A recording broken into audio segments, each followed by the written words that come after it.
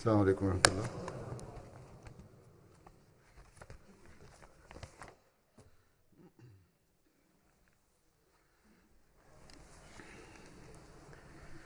أشهد أن لا إله إلا الله وحده لا شريك له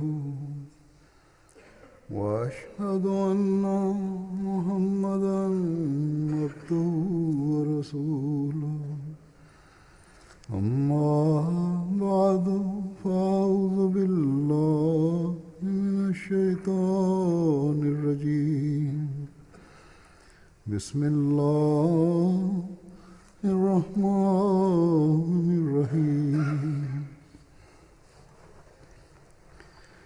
الحمد لله رب العالمين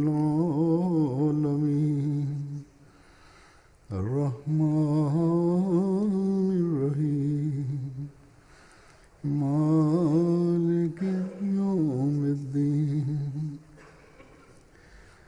إياك نعبد وإياك نستعين اهدنا الصراط المستقيم صراط الذين أنعمت عليهم غير المغضوب عليهم ولا الضالين.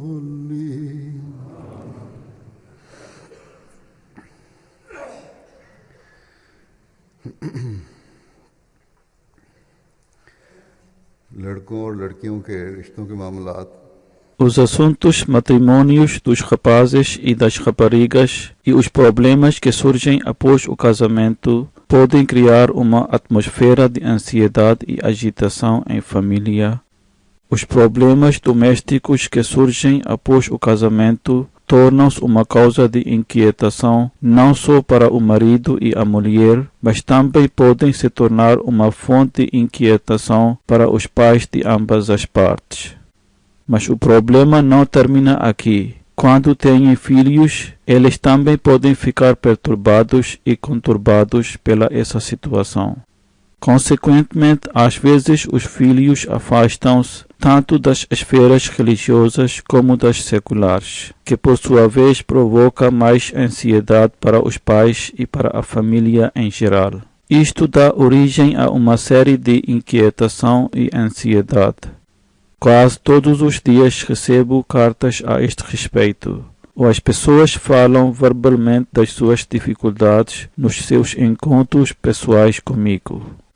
Por um lado, há o problema das propostas de casamento para as raparigas. As raparigas não se casam numa idade apropriada e mencionam a educação como uma razão. Quando uma rapariga chega à idade de casamento, dizem que ainda está a estudar e, eventualmente, quando se casam numa idade madura, tendo completado todos os seus estudos, apresentam falta de compreensão mútua como uma justificação, e isso dá origem a distâncias e tensões nas relações. Também viemos a saber que, em alguns casos, amigas e colegas de algumas raparigas inculcam certas ideias negativas em corações e mentes delas, tais como: tem muitos direitos nesses países. Deve dizer ao seu marido que ele deve dar-lhe todos os direitos ou deve dar-lhe tal e tal coisa. Senão eu não o aceito como o meu marido. E também lhe dizem que não há necessidade de ouvir tudo o que o marido diz. Às vezes, os pais da rapariga ensinam a própria filha essas coisas, o que destrui a confiança entre o rapaz e a rapariga, ou seja, entre o marido e a mulher. Ou as dúvidas e incertezas começam a desenvolver-se nos corações. É triste dizer que as raparigas do Paquistão que se casam e se mudam para os países ocidentais tornam-se influenciadas pela atmosfera e pelo novo ambiente. Então começam a fazer exigências irrazoáveis. Na verdade, houve alguns casos em que, ao chegar aqui, em vez de tentar construir o casamento, a rapariga termina o relacionamento.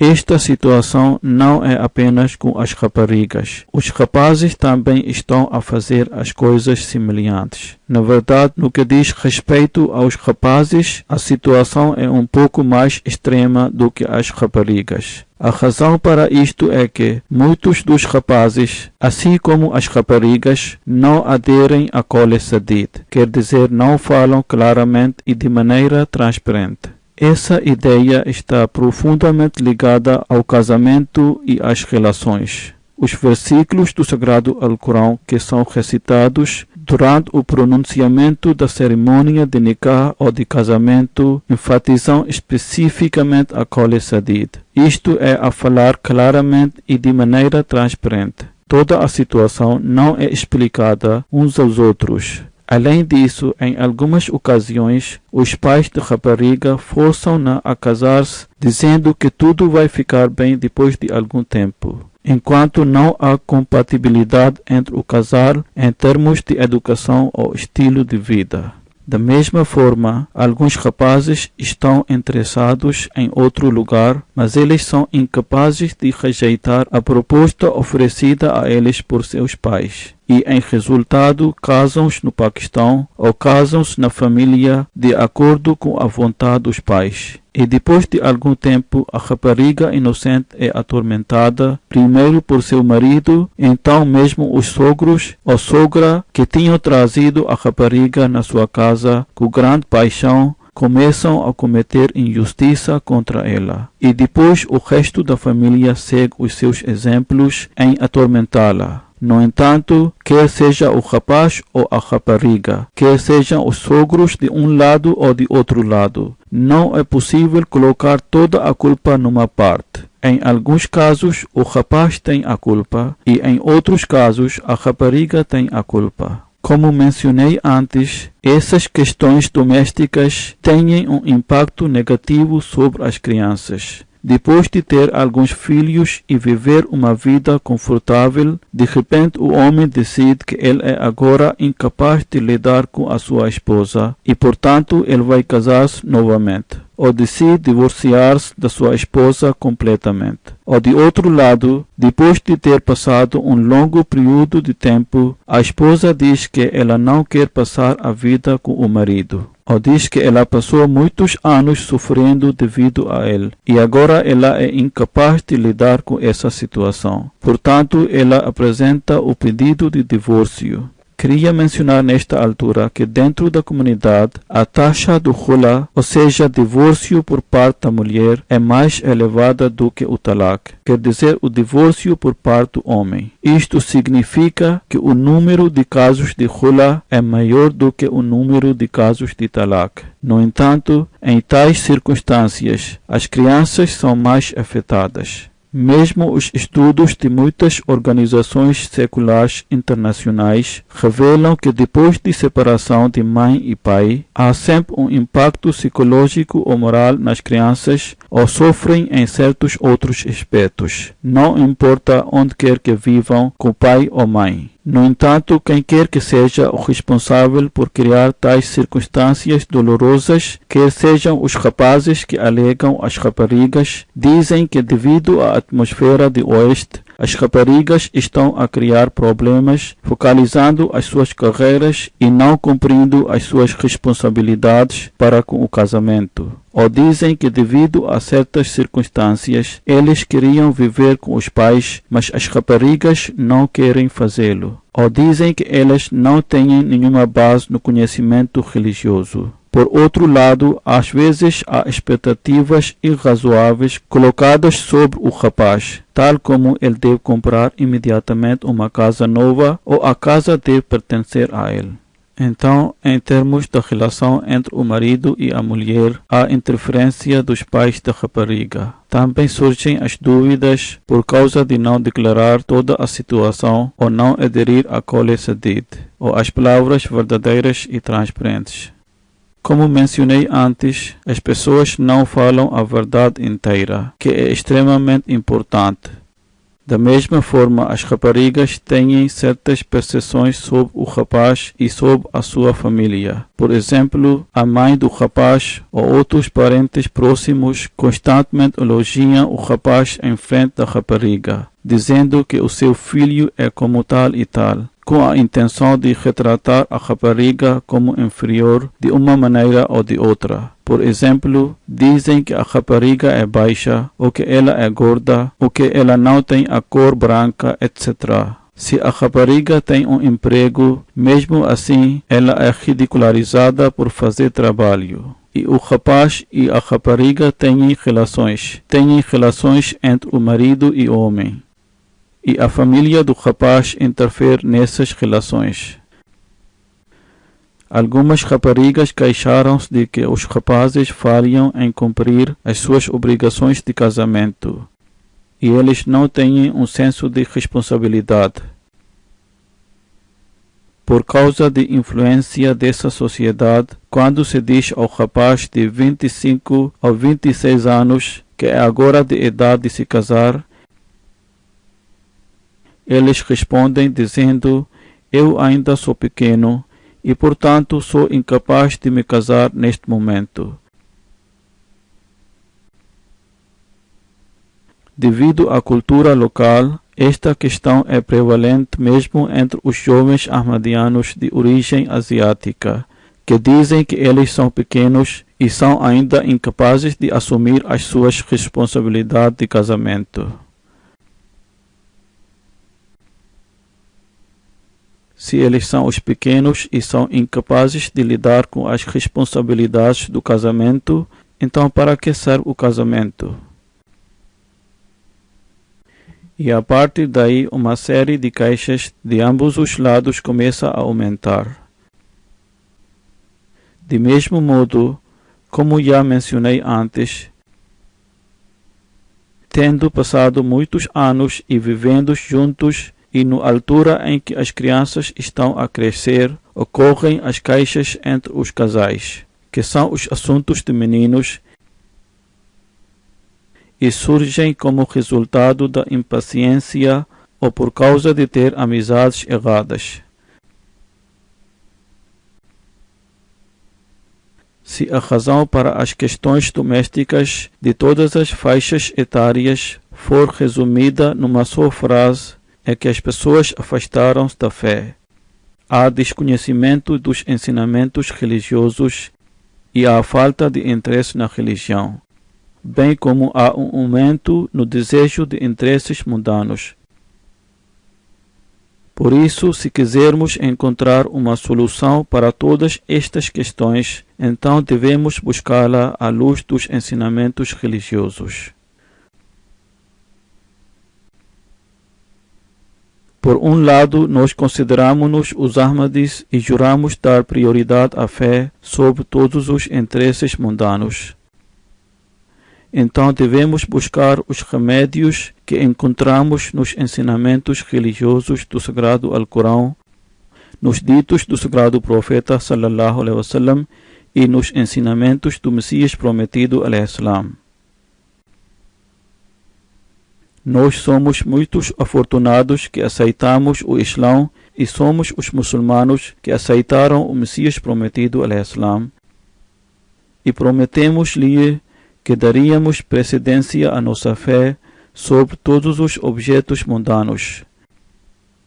Repetimos essa promessa durante vários eventos, mas quando se trata de implementar os ensinamentos, os ignoramos. Quando se trata de questão de casamento, mesmo aqueles que estão sempre dispostos a servir a fé esquecem deste princípio fundamental. Enquanto o Sagrado Profeta sallallahu alaihi wasallam especificamente ensinou-nos que, quando se trata de assunto de casamento, devemos sempre dar precedência à fé sobre todos os objetos mundanos. Se alguém sempre dá preferência à fé e em troca também ganha riqueza material, então isto é devido à graça de Deus Todo-Poderoso. na terminologia das pessoas mundanas, pode ser descrito como bônus.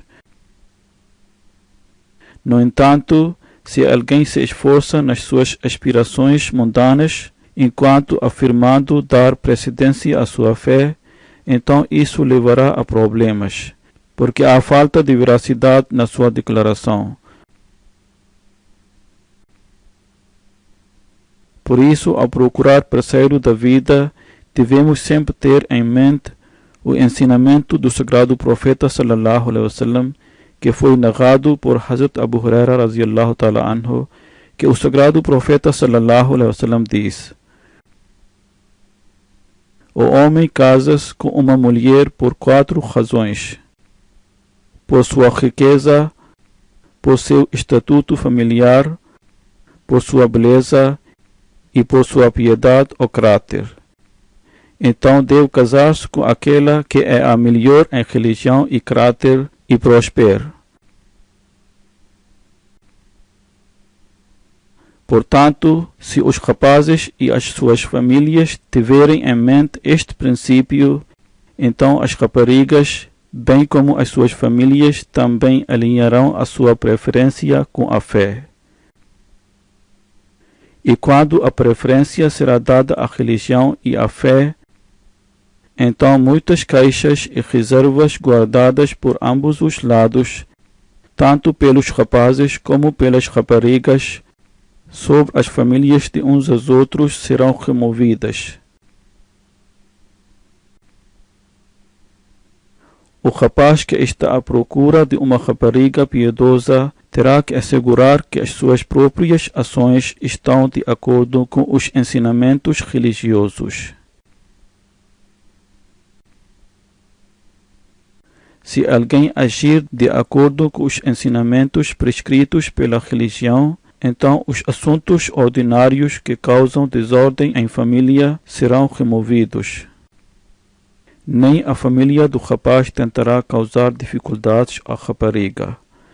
Apesar do facto de que o Islã ensina que a pessoa deve dar preferência à religião ao procurar um parceiro da vida, no entanto, cada indivíduo não será compatível para todos.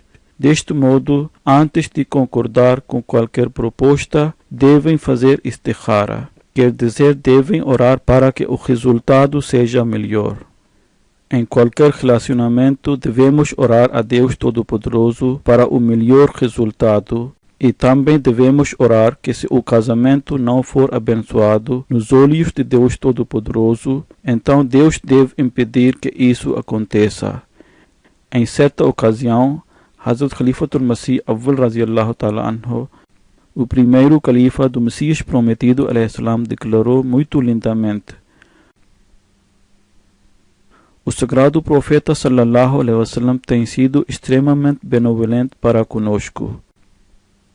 Ele mostrou-nos os caminhos que nos irão permitir encontrar a paz nos nossos casamentos, e a pessoa irá experimentar o objetivo e o propósito de casamento, que de acordo com o sagrado Alcorão é contentamento e afeição. As pessoas entram no casamento para se tornarem uma fonte de contentamento para uns aos outros, e de modo que a pessoa forma uma relação construída no amor e carinho. Hazrat Khalifatul Masih al-Awwal radhiyallahu ta'ala anhu, o primeiro califa do Messias prometido alayhi salatu wassalam, afirma: o fator principal que deve ser procurado no casamento é a piedade.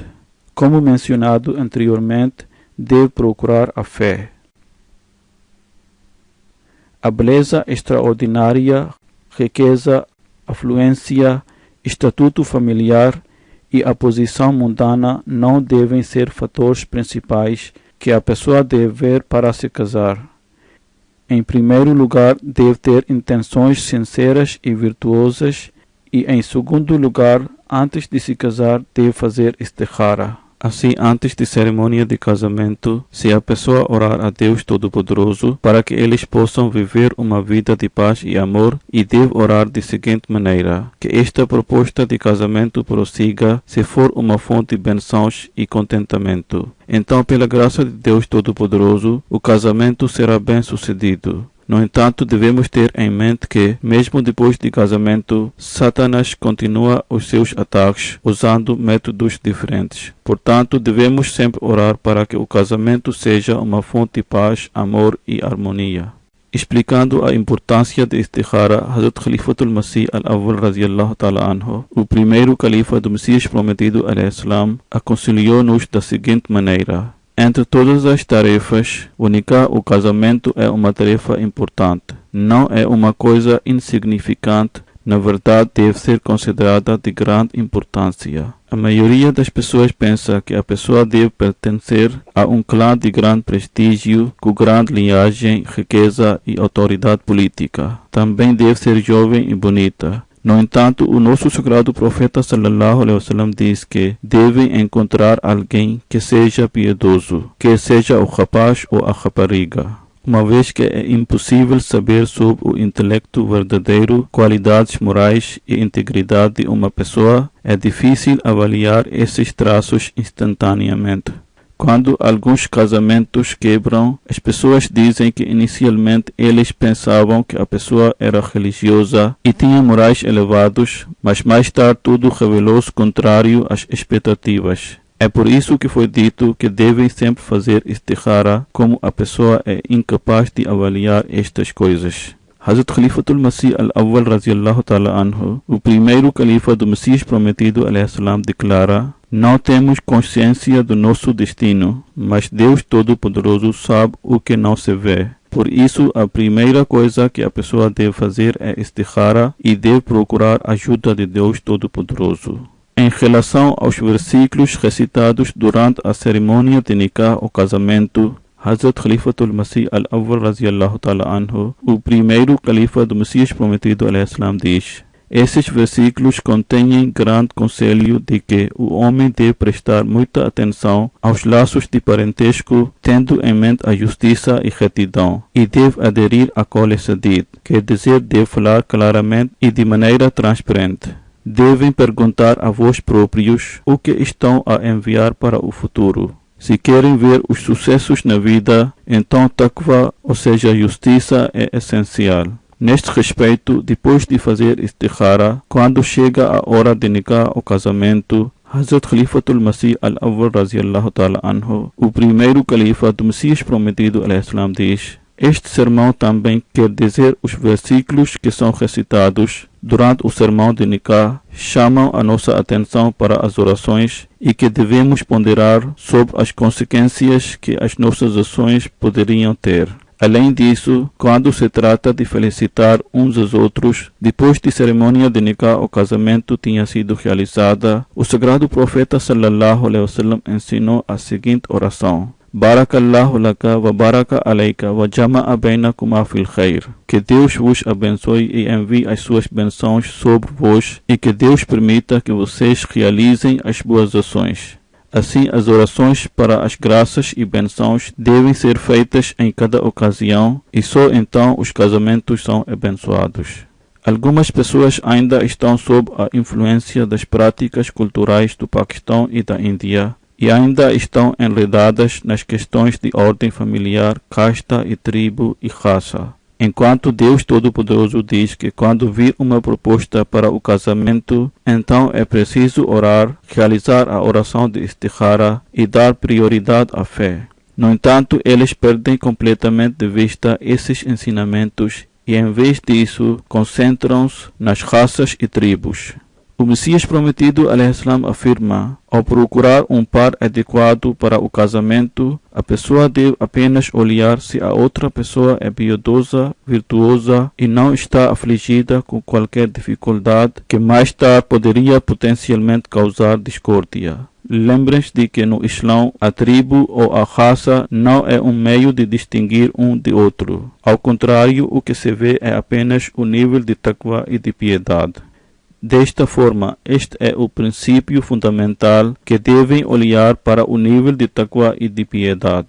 Tudo o resto são inovações nocivas. No entanto, há uma instrução no que diz respeito a levar em conta a própria família, ou seja, escolher um parceiro para o casamento da sua própria família. E certamente a pessoa deve levar isso em conta, mas mesmo assim não é necessário segui-la rigorosamente. O Messias prometido, *alaihissalam*, uma vez respondeu a uma pergunta: até que ponto a pessoa deve levar em conta a própria família? Uma pergunta foi apresentada ao Messias prometido, *alaihissalam*, de que um Ahmadi quer que a sua filha se case com um jovem Ahmadi que não é da sua família, apesar do facto de que há um par adequado na sua própria família. Foi perguntado ao Messias prometido, *alaihissalam*, qual é a sua decisão sobre isso. O Messias prometido, *alaihissalam*, diz: se alguém encontrar um par adequado na própria família, então é melhor do que fora da família. No entanto, isso não é algo que é obrigatório, mas é mais conveniente. O Messias prometido, *alaihissalam*, acrescentou: em tais casos, cada pessoa sabe o que é melhor para os seus filhos. Se alguém não encontrar um par apropriado na sua própria família, então não há nenhum dano se procurar em outra parte para a sua filha. Não é permitido obrigar essa pessoa que ele faz com que a sua filha se case dentro da família. Algumas pessoas têm grande orgulho sobre o seu estatuto familiar. Uma pessoa de natureza semelhante foi apanhada por Hazrat Khalifatul Masih al-Awwal radiyallahu ta'ala anhu, o primeiro califa do Messias prometido, *alaihissalam*.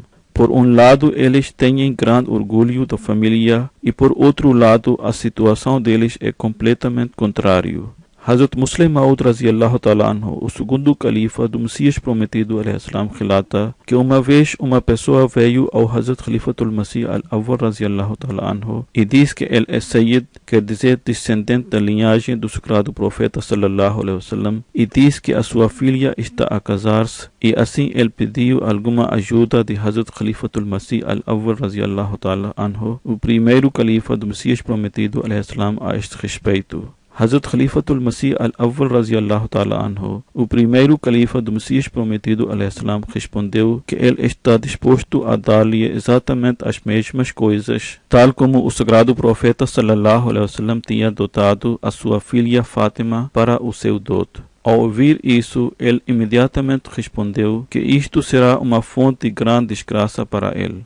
Dar o dote tornou-se muito comum nos dias de hoje e também surgem muitos problemas por causa disso.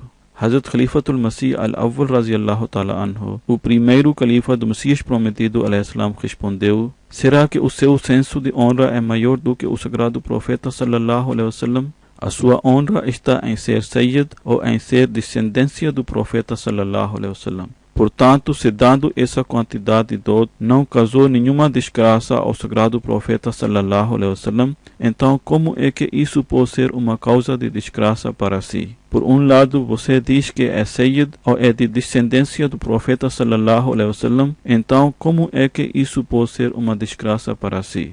Essas pessoas devem retirar lição disso, os que provocam as raparigas e atormentam-nas emocionalmente por não trazer dote suficiente. Da mesma forma, a família de noiva pode dar o dote, mas devem dar apenas o que eles podem facilmente suportar. A família de noiva não devem sobrecarregar-se a si mesmo.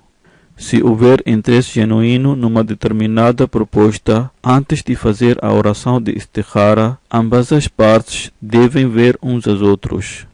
Foi relatado por Hazrat Abu Huraira radiyallahu ta'ala anhu que ele estava na companhia do sagrado profeta sallallahu alaihi wasallam quando um companheiro veio ao sagrado profeta sallallahu alaihi wasallam e disse que ele enviou uma proposta de casamento a uma mulher pertencente à tribo Ansar, aqueles que originalmente pertenciam à cidade de Medina. O sagrado profeta sallallahu alaihi wasallam perguntou se ele a tinha visto e ele respondeu que nunca a tinha visto. O sagrado profeta sallallahu alaihi wasallam disse ao seu companheiro a vê-la porque tem algo particular nos olhos de tribo Ansar.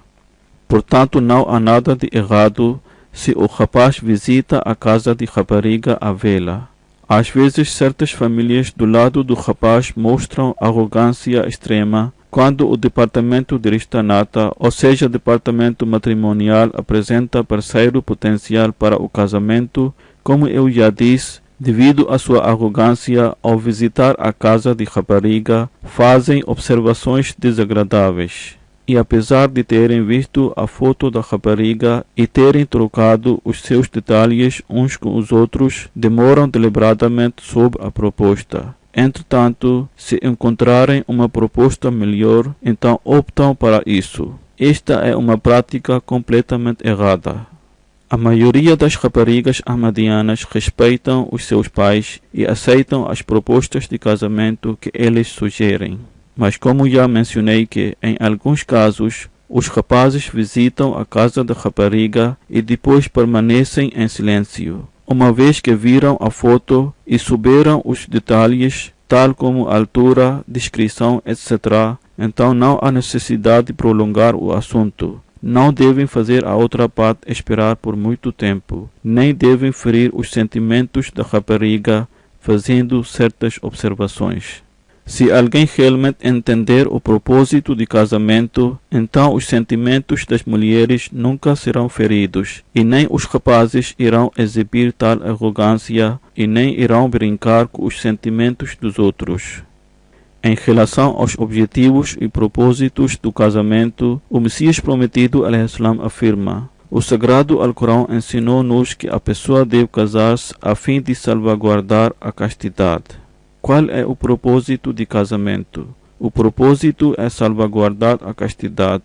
Ele diz: devem orar para ter uma progenie piedosa. Uma vez que o casamento tenha ocorrido, devem orar para ter uma progenie piedosa. Tal como Deus Todo-Poderoso afirma no Sagrado Alcorão: Muhsinina ghayra musafihin. Quer dizer, a pessoa deve casar-se com a intenção de proteger a fortaleza da taqwa e da castidade. A palavra Muhsinin também significa que aquele que não se casa não só enfrenta aflição espiritual, mas também sofre aflição física. Dessa forma, é evidente a partir do Sagrado Alcorão que o casamento tem 3 propósitos, e só estes devem ser os objetivos de casamento, e eles são os seguintes. O primeiro é salvaguardar a castidade, o segundo é manter o bem-estar físico e o terceiro é ter os filhos. Portanto, se isso for mantido em vista, então essas questões não irão surgir no momento de considerar as propostas de casamento. Além disso, no momento de escolher um parceiro para o casamento, em vez de olhar para os aspectos mundanos, a pessoa deve dar precedência à fé antes de considerar qualquer outra coisa. Às vezes, a causa da discórdia em casa é porque quando a menina se casa, o marido não tem uma casa própria e está a viver com os seus pais. Às vezes isto é porque o marido não tem um rendimento suficientemente alto para ter a própria casa, ou ainda está a estudar e, portanto, não tem outra escolha. A menina também deve entender a situação do marido, que devido ao seu rendimento, ele ainda não pode comprar uma casa própria e, portanto, deve viver com os sogros por algum tempo. No entanto, em tais circunstâncias, os pais da rapariga agem com pressa e convencem a sua filha a terminar o casamento e a apresentar o pedido de khula, ou separação, após o casamento ter sido feito. Esta é uma prática completamente errada. Se a rapariga não pode viver com os sogros, então ela deve expressar a sua reserva desde o início, e se o rapaz não tem tais circunstâncias, então eles não devem ter tanta pressa para o casamento. No entanto, existem certos rapazes que ainda vivem em casa dos pais por causa de atitude irresponsável e descuidada de si próprios, ou porque cedem à pressão dos pais, apesar do facto de que eles podem comprar as suas próprias casas. Em vez disso, eles apresentam a desculpa de que, uma vez que os seus pais são idosos, portanto precisam ficar com eles, embora os seus outros irmãos vivam com os seus pais. E mesmo que os irmãos não estejam a viver com eles, estão com boa saúde e são capazes de viver por conta própria, mas é simplesmente devido à natureza teimosa dos pais. O que o Islão diz a este respeito? Deus Todo-Poderoso declara no Sagrado Alcorão: ليس على الأعمى حرج ولا على الأعرج حرج ولا على المريض حرج ولا على أنفسكم أن تأكلوا من بيوتكم أو بيوت آبائكم أو بيوت أمهاتكم. Não há dano algum para o cego, nem há qualquer dano para o coxo, e não há nenhum dano para o doente, nem para vós próprios, que comais das casas próprias, ou das casas dos vossos pais, ou das casas de vossas mães. Isso de facto faz parte de um versículo muito longo, porém Hazrat Khalifatul Masih al-Awwal radiyallahu ta'ala anhu, o primeiro califa do Messias prometido al-Islam, fazendo comentário e explicando lindamente esta parte do versículo, diz: ele afirma: as pessoas do subcontinente de Índia muitas vezes queixam-se sobre a disputa entre a nora e a sogra. No entanto, se as pessoas adequadamente aderirem aos ensinamentos do Sagrado Alcorão, então tais problemas nunca irão surgir, porque o Sagrado Alcorão afirma claramente que cada um deve viver na sua própria casa. A mãe deve viver na sua casa e os filhos casados devem ter as suas próprias casas. Portanto, os filhos têm a permissão de comer das casas dos seus pais. Portanto, eles devem ter as suas próprias casas, a menos que as circunstâncias de alguém não o permitam. Por terem as suas próprias casas, não só fará com que os problemas entre a sogra e a nora acabem, e também entre a esposa e a cunhada,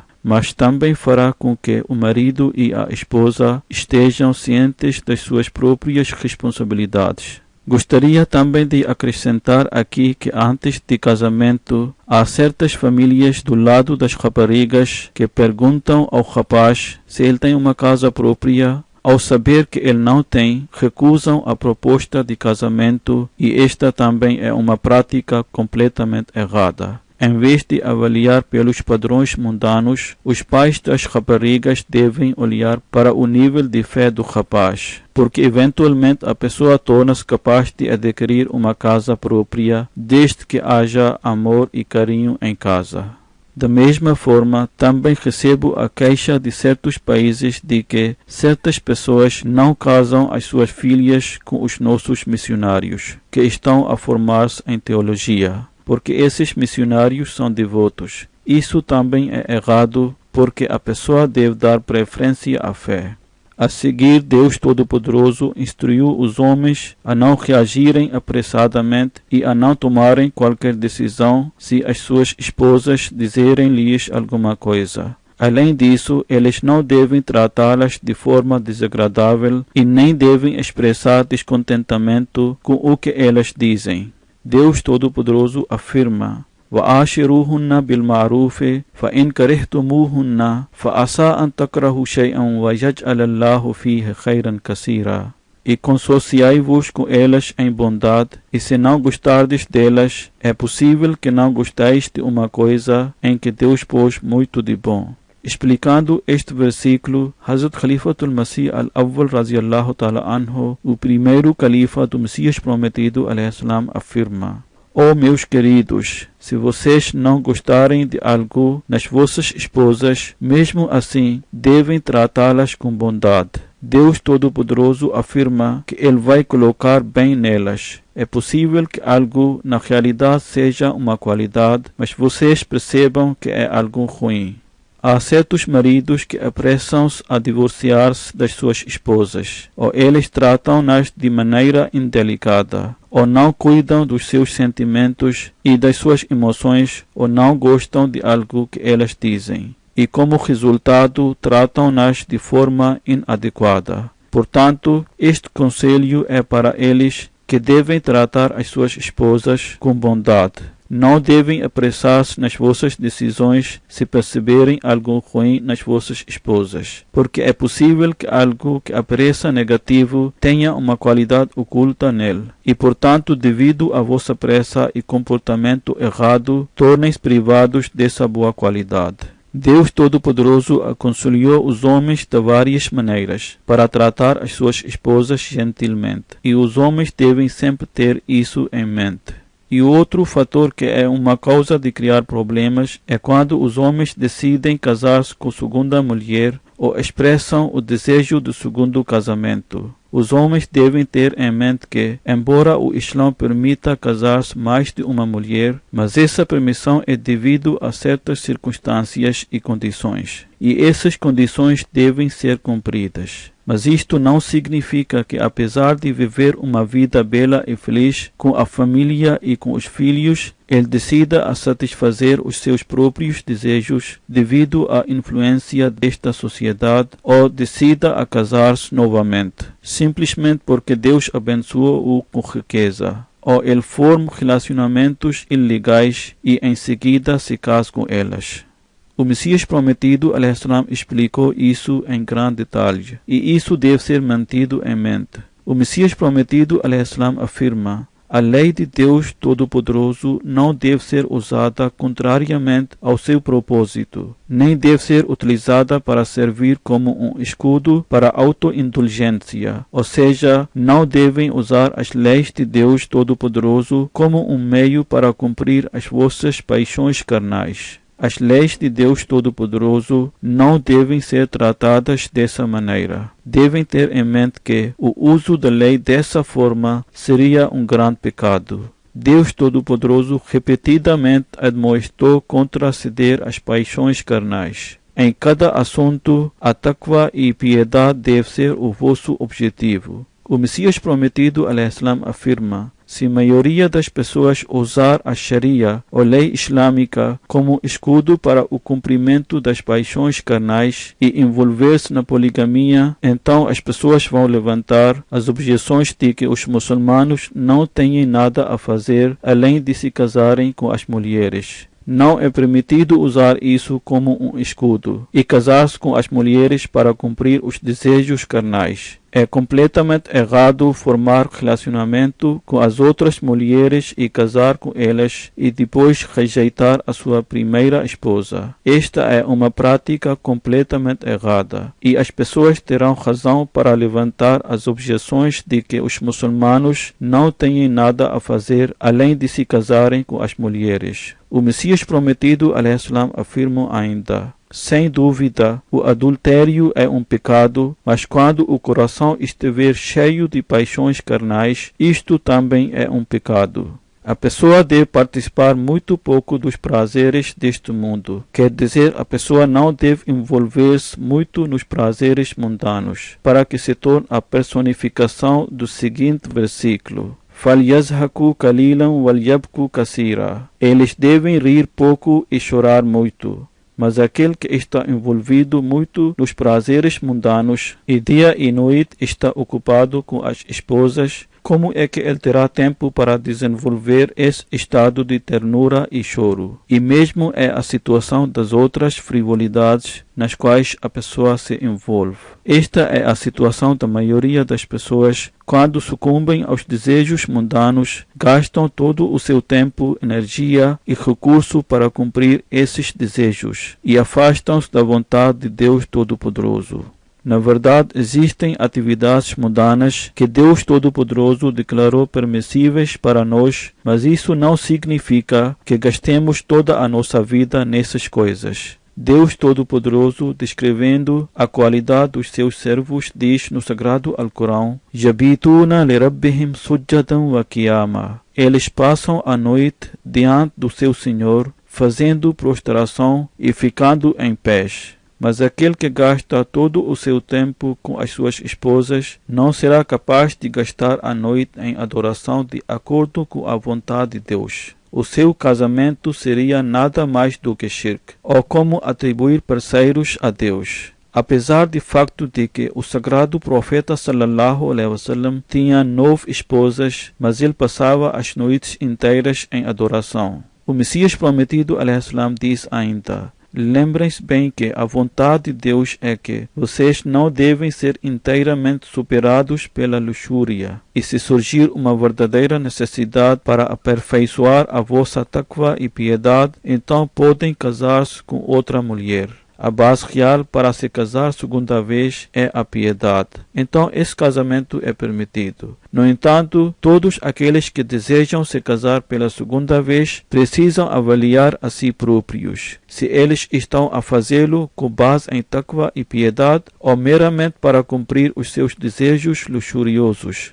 O Messias prometido, aleijam, diz: lembrem-se de que aquele que se casa mais esposas meramente por desejos sensuais e carnais está afastado da verdadeira essência do Islão. Se ele não enfrenta dificuldades e sofrimento em cada dia em que o sol nasce e em cada noite que cai, e não está pronto para suportar as dores e só quer uma vida gozada e chora pouco ou não chora de modo algum e ri muito, então lembre-se de que é um sinal de ruína. Então o Messias prometido, aleijam, aconselhou mulheres e diz que, se o marido deseja casar-se novamente por uma razão genuína, ela não deve levantar uma tempestade de protesto contra ele. No entanto, ele também lhes diz que vocês têm o direito de orar que Deus não faça com que enfrentem tal dificuldades. Da mesma forma, ele diz que os homens não devem se casar novamente simplesmente para cumprir os seus desejos. O Messias prometido, aleijam, também diz: nesta era, algumas mulheres estão absorvidas em certas inovações nocivas e veem o assunto mais de um casamento de uma forma muito negativa e não têm fé e crença neste conceito. Elas são inconscientes do facto de que a lei de Deus contém em si vários tipos de remédios e soluções. Se o Islão não tinha o conceito de mais de um casamento, então essas situações em que um homem precisa de se casar segunda vez, não teríamos encontrado nenhuma solução na Sharia islâmica. Por exemplo, em tal circunstância, onde uma mulher fica louca ou sofre uma doença que a torna completamente ociosa, ou surge uma situação semelhante, ou ela fica completamente inativa e merece compaixão, mas o marido também merece compaixão porque ele é incapaz de permanecer paciente no celibato.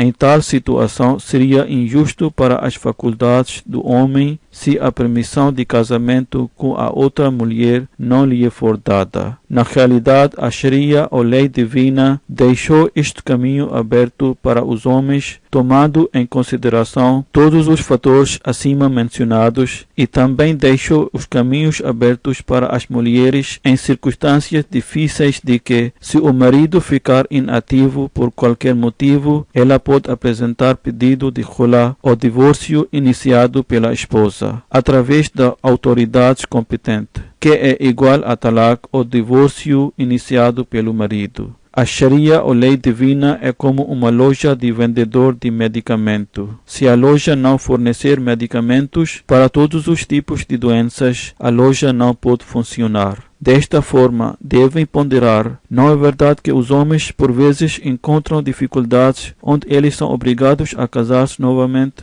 De que serve a Sharia que não fornece soluções para todos os problemas? Observem-se que, nos evangelhos, a única condição para o divórcio era o adultério, e outras inúmeras causas de grave conflito que podem surgir entre o marido e a mulher, levando-os a guardar rancores e inimizades fatais, não foram mencionadas. O Messias prometido, aleijam, aconselhando as mulheres, diz: ó mulheres, não se preocupem, porque o livro que vos foi dado não depende das interpolações humanas, tal como dos evangelhos. Neste livro, quer dizer no Sagrado Alcorão, os direitos das mulheres foram preservados da mesma forma como foram preservados os direitos dos homens. Se uma mulher estiver perturbada com o celibato de um homem, ela pode apresentar o pedido de khula ou divórcio através da autoridade competente.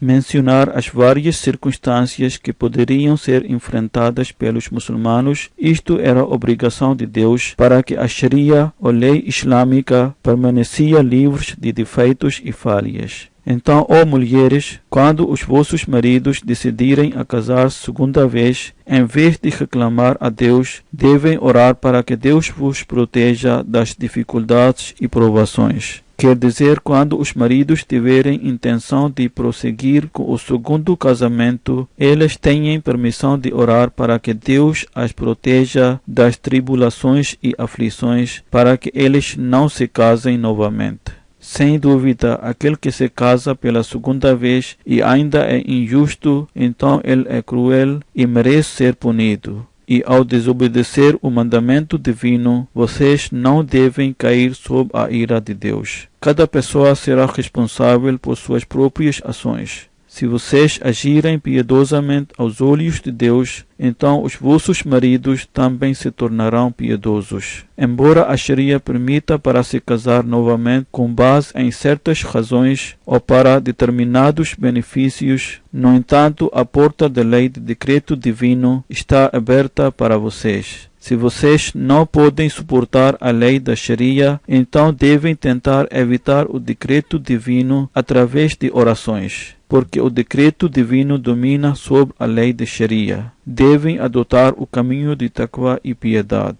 Não se tornem demasiado apegados ao mundo e às suas atrações. O que significa a lei do decreto divino neste contexto? Isto significa que devem orar para que todas as ideias do segundo casamento sejam removidas dos corações dos vossos maridos. Embora seja permitido, ele diz que, se orarem e orarem sinceramente, então é possível que as vossas orações sejam aceitas e é possível que não enfrentem dificuldades e aflições e não surja oportunidade de segundo casamento. Que Deus conceda aos membros da comunidade, homens e mulheres, sabedoria para que possam resolver os seus problemas domésticos de acordo com os ensinamentos divinos. Que eles deem prioridade à religião sobre os desejos mundanos. Que eles sempre tenham o temor de Deus e a justiça em mente. Que Deus lhes ajude a resolver as questões matrimoniais. Há muitos problemas que estão a surgir. Que Deus conceda a ambas as partes, rapazes e raparigas, a capacidade de compreender que os casamentos não são simplesmente para cumprir os objetivos mundanos. Ao contrário, devem dar prioridade à religião e devem assegurar-se de que as gerações futuras sigam o caminho da fé e piedade para que as novas gerações sejam salvaguardadas e possam servir o Islão e se tornem os herdeiros das bênçãos de Deus Todo-Poderoso. Após as orações de sexta-feira, vou liderar algumas orações funerais, dos quais 2 funerais estão com os corpos presentes e 2 são em ausência. O primeiro funeral é de Sr. Muhammad Nawaz Momin Sahib, que era um Waqf Zindagi, quer dizer, aquele que dedicou a sua vida, e era filho de Khuda Bakhsh Momin Sahib. Ele faleceu no dia 15 de fevereiro de 2017, com a idade de 85 anos, na Alemanha. Inna lillahi wa inna ilaihi raji'un. Certamente a Deus nós pertencemos e a Ele nós voltaremos. Ele era o genro de Hazrat Momin Ji, o companheiro do Messias prometido al-Islam. O seu pai foi para Qadian e prestou o juramento de fidelidade em 1922 nas mãos de Hazrat Muslih Maud radhiyallahu ta'ala anhu, o segundo califa do Messias prometido al-Islam. Os filhos dele morriam na altura de nascimento, por isso os não ahmadianos provocaram-no e disseram que os seus filhos continuamente sofrem esse destino porque se tornou ahmadiano. Depois disso, o seu pai fez uma promessa a Deus na altura de seu nascimento que se essa criança sobreviver, ele iria dedicá-lo para os serviços do Islão. Daí ele sobreviveu e depois disso 4 outras crianças também sobreviveram e viveram vidas longas. O seu pai tinha o dedicado desde o seu nascimento no caminho de Deus. Em 1959, ele completou a sua educação de Jamia Ahmadiyya e passou o resto da sua vida servindo a comunidade islâmica Ahmadiyya. Ele serviu no escritório de Al-Fazl, Darul Qaza e no escritório de Wasiyat por um longo período de tempo. Em 1969, foi para a Alemanha, onde ele teve honra de servir a comunidade islâmica Ahmadiyya em várias capacidades. Ele tinha uma mania de fazer tabligh ou pregação e era muito entusiasmado nesse sentido. Ele era regular nas suas orações e jejuns e era extremamente paciente e grato. Ele era uma pessoa muito calma, profundamente religiosa e muito dedicada. Ele tinha amor sem limites para o Sagrado Alcorão e era zeloso para espalhar o seu conhecimento e para ensinar aos outros com tartil, quer dizer, de acordo com as regras de recitação do Sagrado Alcorão. O falecido era Musi. Ele deixou para trás na sua família uma filha e um filho. O segundo funeral é de Sr. Sayyid Rafiq Safir Ahmad Sahib, que era o presidente da comunidade islâmica Ahmadiyya de Surbiton, em Reino Unido. Ele faleceu no dia 28 de fevereiro de 2017 com a idade de 61 anos. Inna lillahi wa inna ilaihi raji'un. Certamente a Deus nós pertencemos e a Ele nós voltaremos. O seu pai, Dr. Safiruddin Sahib, era o primeiro diretor da escola secundária Ahmadiyya em Kumasi, na Ghana. Sayyid Rafiq Safir Sahib nasceu em Londres e estava empenhado em servir a comunidade islâmica Ahmadiyya desde a infância. Ele teve a honra de servir a comunidade islâmica Ahmadiyya como secretário de Atfalul Ahmadiyya, Qaid Khudamul Ahmadiyya e Qaid Sehat Jismani, e também como Qaid Amami a nível central na Majlis Ansarullah. Antes de seu falecimento, estava a servir como presidente da comunidade islâmica Ahmadiyya de Surbiton, em Reino Unido. Ele tinha grande amor e ligação muito profunda com o califado. Ele era regular nas suas orações, realizava a oração de Tahajjud, era muito simpático e sociável. Tinha uma natureza muito gentil e era extremamente piedoso e sincero. O falecido era Musi e deixou para trás sua esposa, 2 filhas e 2 filhos. A esposa dele escreve: ele era de coração mole e tinha uma disposição gentil. Ele chamava a atenção dos seus filhos para as orações com grande amor e cuidado e liderava as orações congregacionais. A partir do momento do nosso casamento até o seu falecimento, ficou sempre ocupado em servir a comunidade. Ele tinha o hábito de resolver os problemas das pessoas e de ajudá-los financeiramente. Ele era uma pessoa muito justa e de natureza simples e tinha valores morais elevados. O presidente da sua área escreve: uma das suas boas práticas foi que, após a oração de Isha, perguntava às crianças sobre os pontos importantes de sermão de sexta-feira e dava-lhes os prêmios para a resposta certa. Este incutiu um interesse nas crianças para ouvir os sermões de sexta-feira. Ele dava muita atenção para o trabalho da comunidade. Ambos os funerais acima mencionados e já anunciados são com os corpos presentes. Há também 2 funerais em ausência. Um desses funerais é de Dr. Mirza Laik Ahmad Sahib, que era filho de Sahibzada Mirza Hafiz Ahmad Sahib e neto paterno de Hazrat Muslim Maud Raziallahu Ta'ala Anhu, o segundo califa do Messias Prometido alayhi salam. Ele faleceu na tarde de 28 de fevereiro de 2017 no Instituto de Cardiologia conhecido como Tahir Heart Institute, com a idade de 68 anos. Inna lillahi wa inna ilaihi raji'un. Certamente a Allah nós pertencemos e a Ele nós voltaremos. A sua mãe ainda está viva, que Deus a faça capaz de suportar esta perda. Ele adquiriu a sua educação em Rabwa até ensino secundário. Depois disso, obteve a licenciatura em Medicina pela Universidade de Multan. Ele fazia prática médica em Rabwa. Ele gostava muito de cuidar dos pobres. E aqueles que estão em situação de pobreza escreveram que ele nos mostrou grande compaixão no tratamento e cuidava muito de nós. Na verdade, ele sempre dedicava um dia na semana para tratar aqueles que eram pobres, de forma gratuita. Além disso, ele também dava aos trabalhadores tratamento médico gratuito. O seu primeiro casamento foi com Sayyida Faiza Sahiba, de quem ele tem 2 filhos. O seu segundo casamento foi com Ahmad Shakur Sahiba, filha do Hazrat Khalifatul Masih As-Salis Rahimahullah. Que Deus tenha misericórdia dele e o perdoe.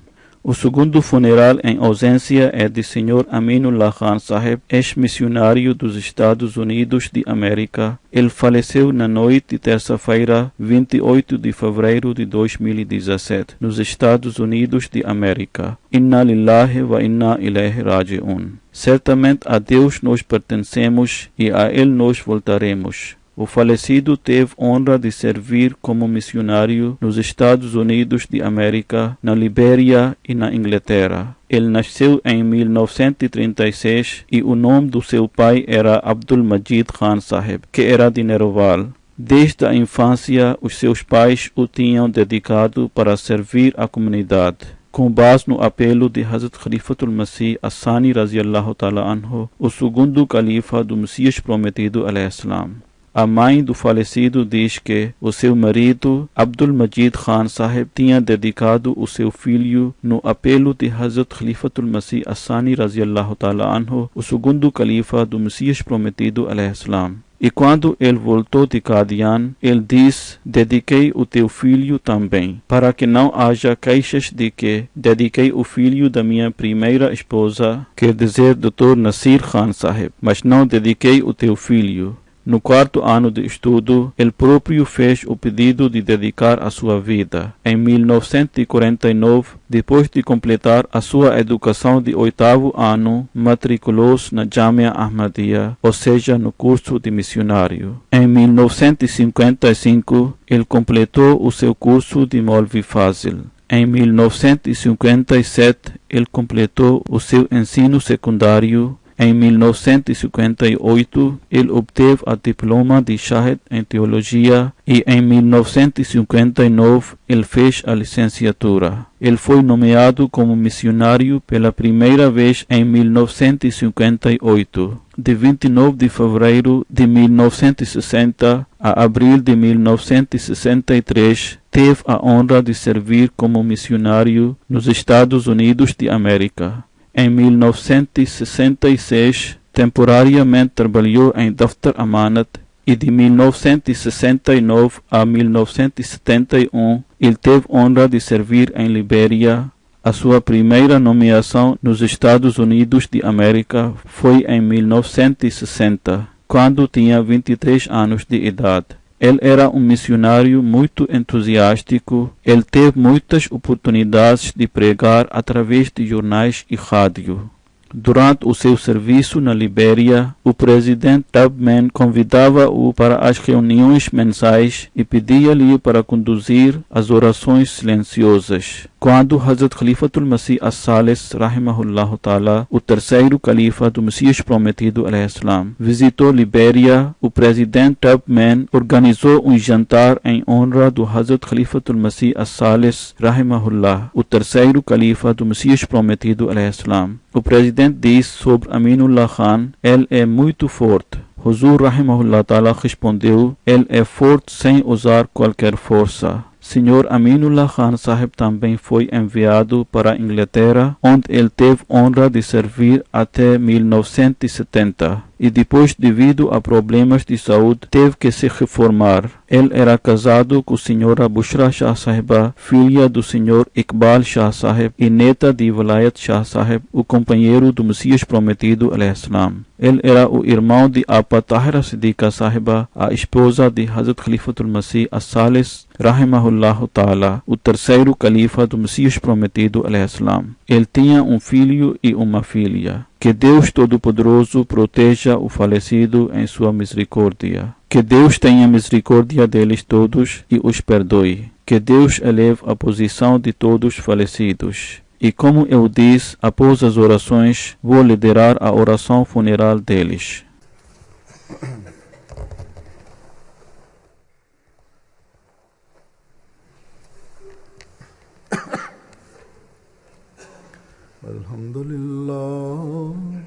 Alhamdulillah, nahmaduhu wa nasta'inuhu wa nastaghfiruh wa nu'minu bihi wa natawakkalu alayhi wa na'udhu billahi min shururi anfusina wa min sayyiati a'malina. Man yahdihillahu fala